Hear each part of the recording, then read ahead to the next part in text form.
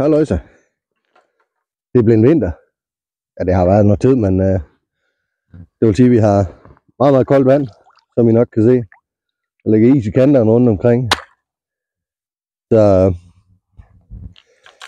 jeg tænker, at gederne, de er nok til noget lidt kraftige farver, og noget langsomt fiskeri, og måske lidt køletale.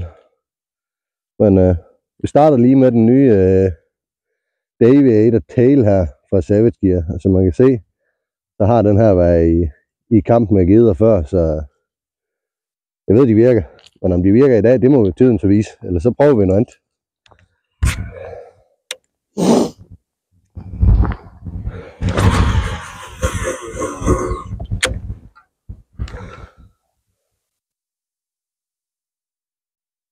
Nå, jamen, jeg lige går over til en Railroad her i Golden Ambulance. Så har den lige fået 10 gram i snuden her, for at se, om vi kommer lidt længere ned. For der er okay dybde på herude, hvor jeg fisker, så det kan være, det er det, der skal til.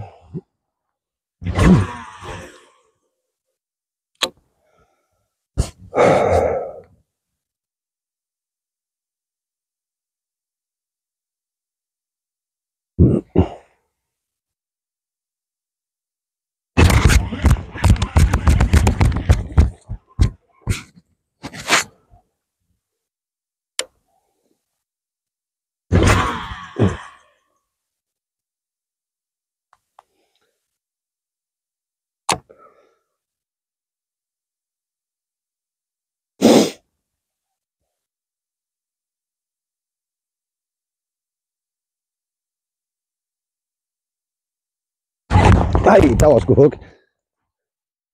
Dammit. Nå, spændende. Det var faktisk over rimelig dybt vand. Jeg var kun lige når begyndt at køre ind, efter den havde fået lov at komme ned. Nå. Jamen så. Du kan godt lige følge med at tage den.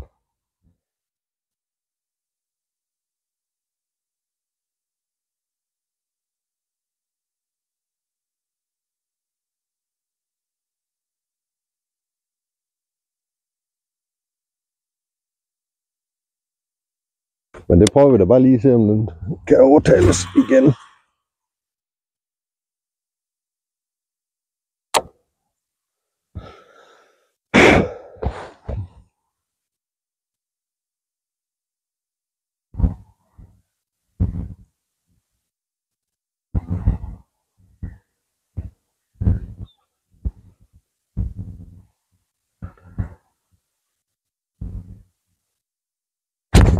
Ja, det kunne. Yes. Fedt, mand. Det er ikke verdens største, men den er der. Det er dejligt. Især fordi de kan være meget forsigtige i det her meget, meget koldt vand. Så fedt, mand. Fin lille dybsak her. Så. Ja da. Fedt, mand. Det var godt.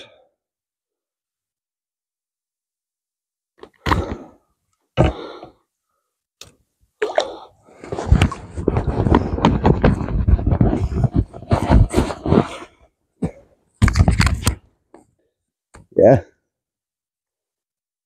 Flot, der er den. Så kan du komme ud med dig igen. Fedt, mand. På den her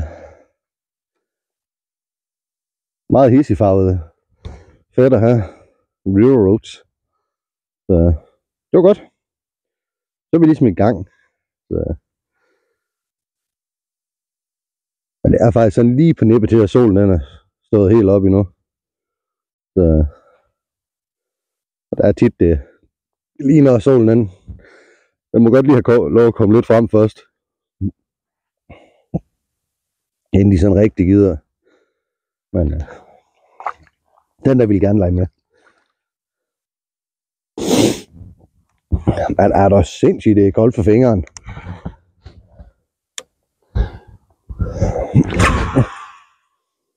Vi prøver lige at se, om der skulle være en mere derude. Jeg ved, der er en god kant derude, hvor det går fra måske et par meter og så ned til 6-7 meter. Og sådan nogle kanter, de er altid værd at fiske af. Så og nu ser vi, om der skulle være en mere.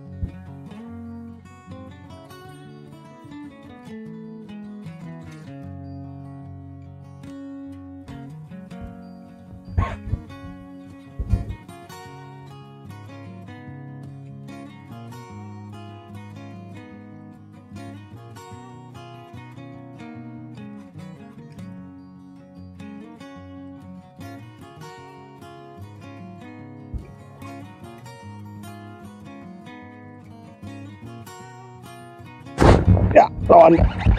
På en Deviator. Det er godt. Godt.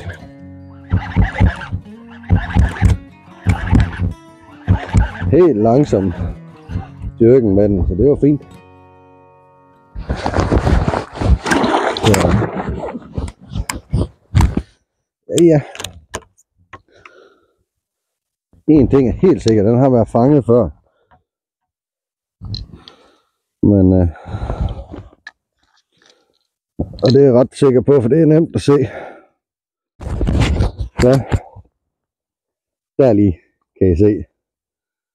Det er ikke det kønneste syn, men udover det, så er fisken nu meget fin.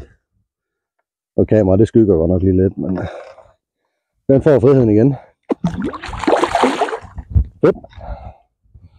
Det var på den her, hvor jeg bare dyrker den lige så stille, så den går fra side til side. Det er jo sådan en swim and jerk, men den der, den kan man få til at stå sådan helt stille, hver gang at man har dyrket den. Så og nu kaster jeg lige ud, så tager jeg lige handsker på igen, for det er lidt koldt for fingeren. Så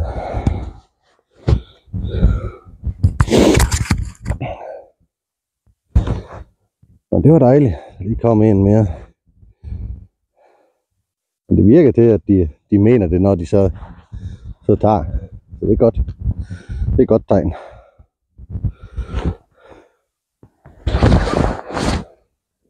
Og den første, jeg havde det, den lavede godt nok lige et lille duk først, men anden kastede efter. Der tog den jo bare. Så der var ikke noget. Så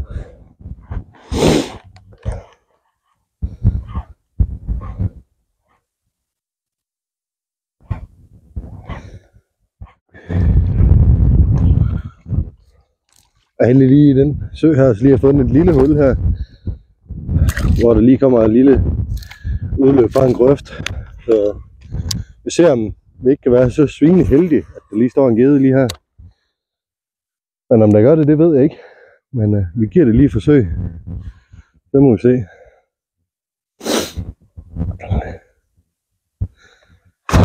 Det gjorde det. Det gjorde det sgu. Det ligger endda også til at være en okay fisk.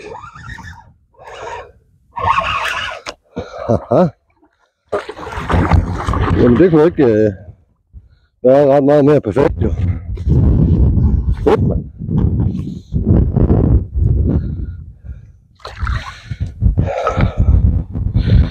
Fedt, mand.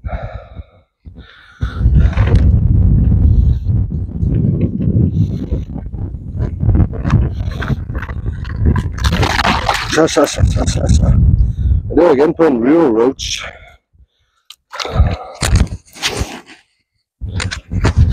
Så jeg lige passe på mikrofonen der også. Men fedt nok. God tyk basse her. Spræller den. Kom så, lad os være. Perfekt, mand. Så det var fedt. Det var sgu fedt, ja. Skal vi lige have et billede af den? Bare lige. Nå. Det var ikke så ringe. Den får fedheden igen. Og det ville den gerne. Det var delt med fed. Og det var igen på den her River Rose med 10 gram i snuden. Så det var godt. Men hvad var den? 85 eller sådan noget. Deromkring. God tyk basse i hvert fald, så det er skønt. Jeg døjer lidt med, at der er temmelig meget is rundt omkring. Det er ligesom om det har lagt sig i løbet af dagen. Men det er stoppet med at lægge sig nu, fordi der er blevet blodsgrader. Så, eller det har der egentlig været en del af dagen, men det der er kommet i løbet af dagen, det har ligesom lagt sig sammen, så det er ikke til at fiske. Så nå, vi ser lige om der skulle være en med i det hul her. Nej, det lød dejligt.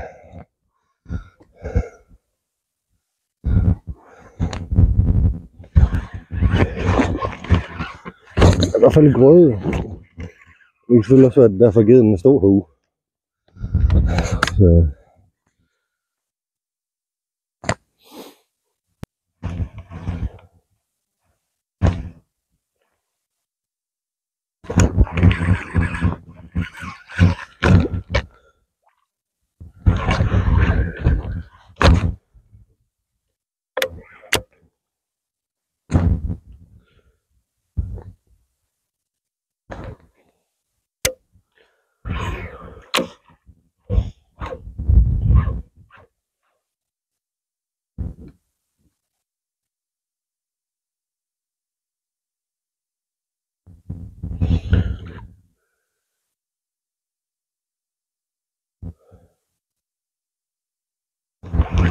Nå, sidste kast her.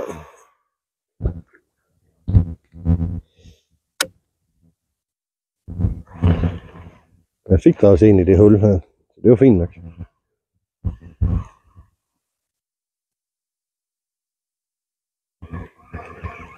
Og en masse grøde.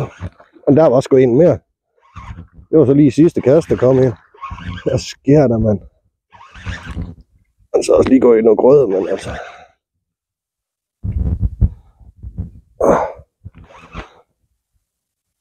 Kom så fri. Ja, kom så. Toms grøde, mand. Men ellers faktisk en fornuftig fisk. Nu skal jeg bare lige se, om jeg kan få en vikkel ud alt det der grøde her.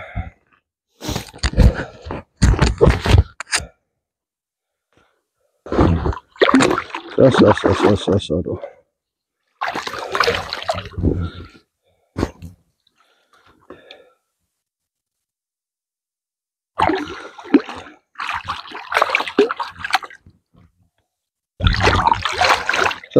Så. Ja.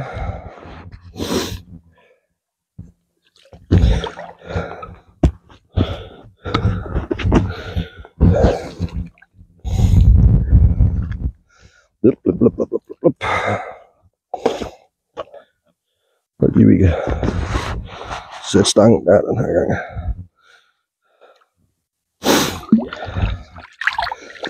Ja da. Sådan. Det er ikke en helt dum fisk. Synes jeg ikke. Så, det var godt.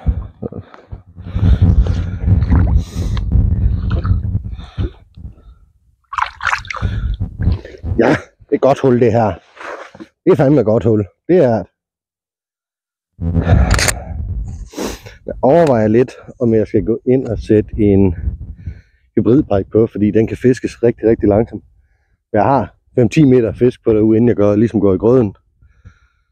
Så det tror jeg lige, jeg gør. Se om den kan et eller andet. Ja.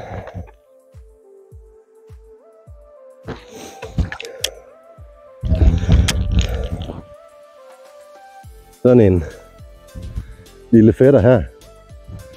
Og den kan fiskes ufattelig langsomt. Men samtidig det kan gøre tricket. Så Det prøver vi lige. Nu kan det vand der, det er koldt.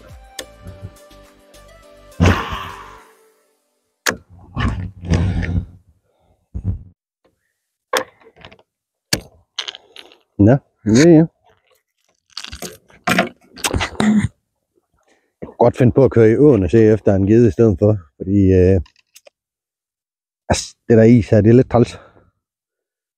Så, men det jamen, det var at skifte vand, fordi der er kommet for meget is det andet sted. Så jeg tager en tur til åen for at se, om det kan et eller andet. Der er i hvert fald ikke is på. Lidt meget strøm i forhold til, hvad der plejer, men vi forsøger at se, om det kan kaste en fisk af sig alligevel.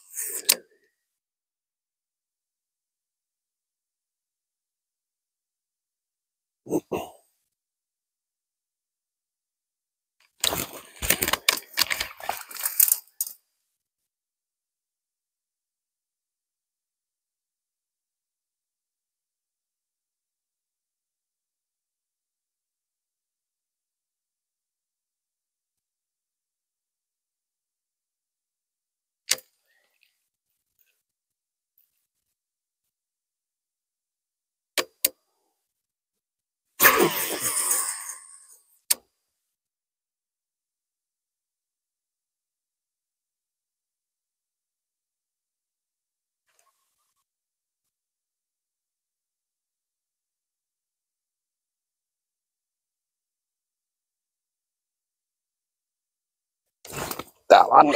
Yes. Det var godt. Og det er ikke helt forgæves at køre herud. Jeg skal bare lige se, om jeg kan få igennem alle de her siv her. Fedt, mand. Fedt.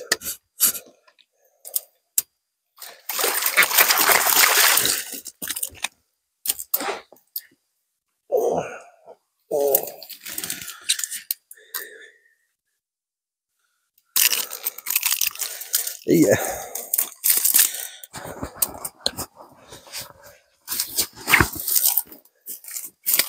Ikke verdens største. Du må se på maven, man kan godt se, at de står nede på bunden. Så fedt, mand. Det var dejligt. Jeg går og svømme videre. Ej, skønt. På en hybridpike. I sådan en meget gul udgave her. Så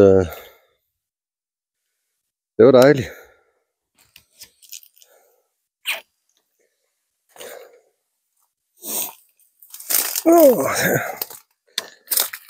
Det kan være, det var den, jeg havde til at hugge før.